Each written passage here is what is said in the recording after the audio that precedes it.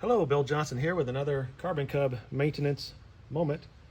On a previous video, I showed you how to apply the fabric to the control surfaces using the polyester fabric and the glue. Since that video, we've applied one coat of polybrush, which is this pink colored material, which seals the pores of the fabric. And I applied that first coat using a roller, with a 1/4 inch smooth roller. And I don't know, I haven't seen people doing that before, but it really worked well, and it pushed the polybrush down into the weave. And when I did use the roller, I had to use a brush to smooth it out as I went, but it really worked well in applying the polybrush, particularly on the wing, which is a very large surface. So now that the polybrush, one coat of rolled on or brushed on polybrush has been applied, I'm going to go ahead and put the rivets on either side of the elevator. And after that, I will spray 3 coats of polybrush and then apply the tapes. This is a little different than the normal procedure, but it should result in a very nice, smooth finish. So in this video, I'm going to show you the process of applying the rivets to the elevator on both sides of the elevator. So the first thing I'm going to do is, you can see where the holes are. Now some elevators are rib stitched. This one happens to use rivets. You can see where the holes are in the elevator, and I'm going to burn those out using a soldering iron. You got to be very careful to make sure you hit the hole, otherwise you're going to ruin your work.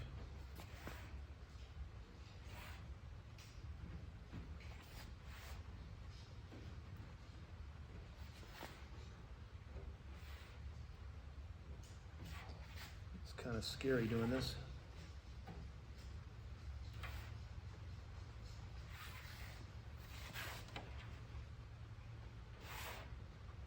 Now some people will use an ink pen or Sharpie, mark it and lay this other reinforcing tape I'm going to show you, and then melt them both at the same time.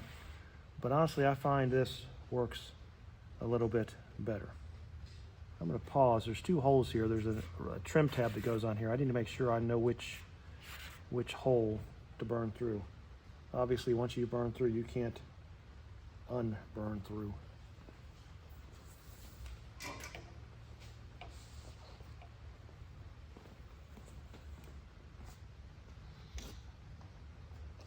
Now I'm going to measure 1/2 inch in from the hole, because that's where my reinforcing tape will stop.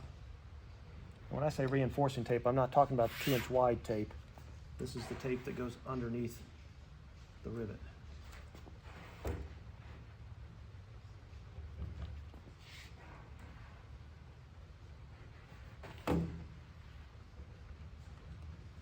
And that's just the end of where my tape is.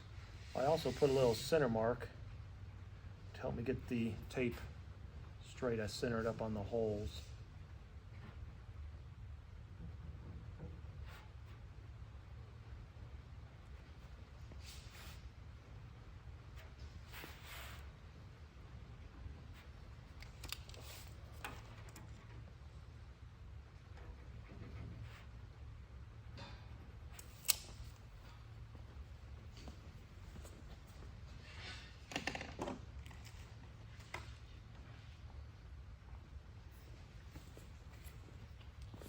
Here's the reinforcing tape. It's a polyester reinforcing tape. In this case, it's 3/8 of an inch wide. I don't know if you can see that. And it goes underneath the rivet. Blake, I might need you to shine the light. And if you have somebody who can help you, it makes a difference if they shine the light up from the bottom so that you can center up the tape. Okay, come forward to this front one. Oh, back a little bit right there.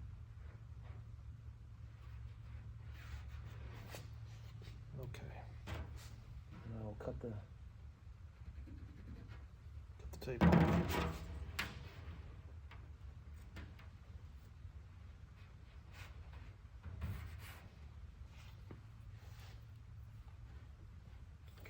that for all of them. We're gonna go ahead and put some rivets in those just so you can see the process. So I'll burn the holes again through this tape I just applied. And we will insert the rivets. This is a Milwaukee battery operated rivet gun, which has come in extremely handy.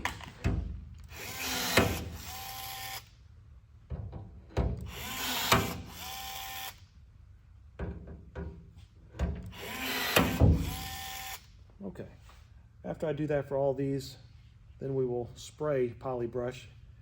Finally, there will be a 2-inch strip that goes on there, but I will show a later video on doing that. Okay, I figured out the hole here should be in line with with that. So it's actually about 2 inches in. I want to make sure I put the hole in the right place. Be careful too, you don't drop that soldering iron, because if you do, it's going to burn through that polyester fabric really quickly. And it'll ruin your day.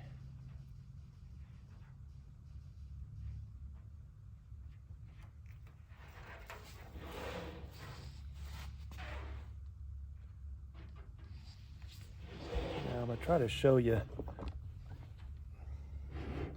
so you can see the light shine through. And that allows you to come forward a little bit. Okay.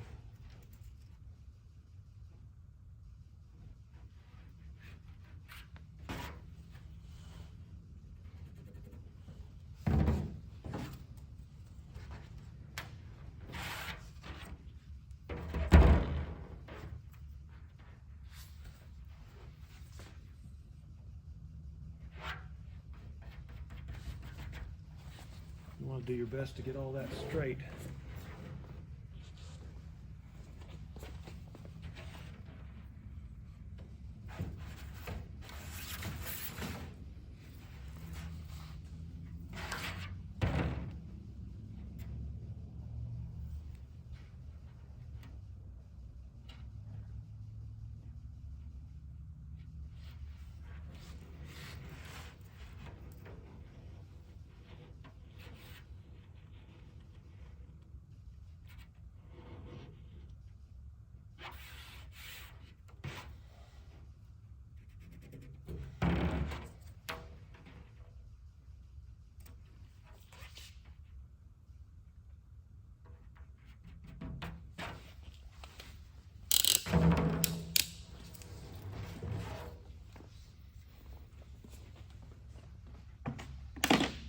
Burn the holes through.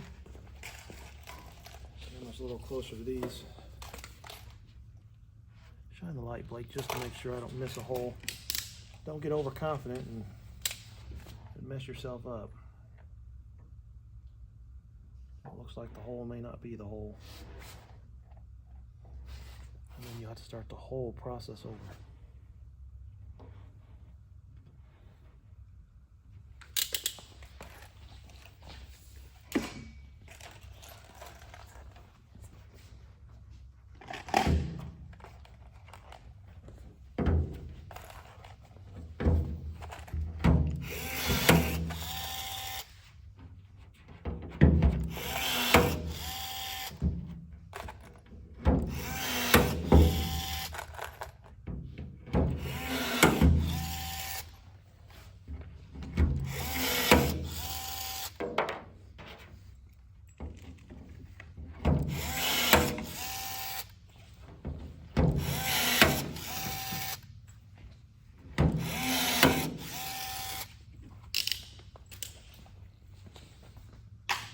Okay, there's one more to do, but that shows the process.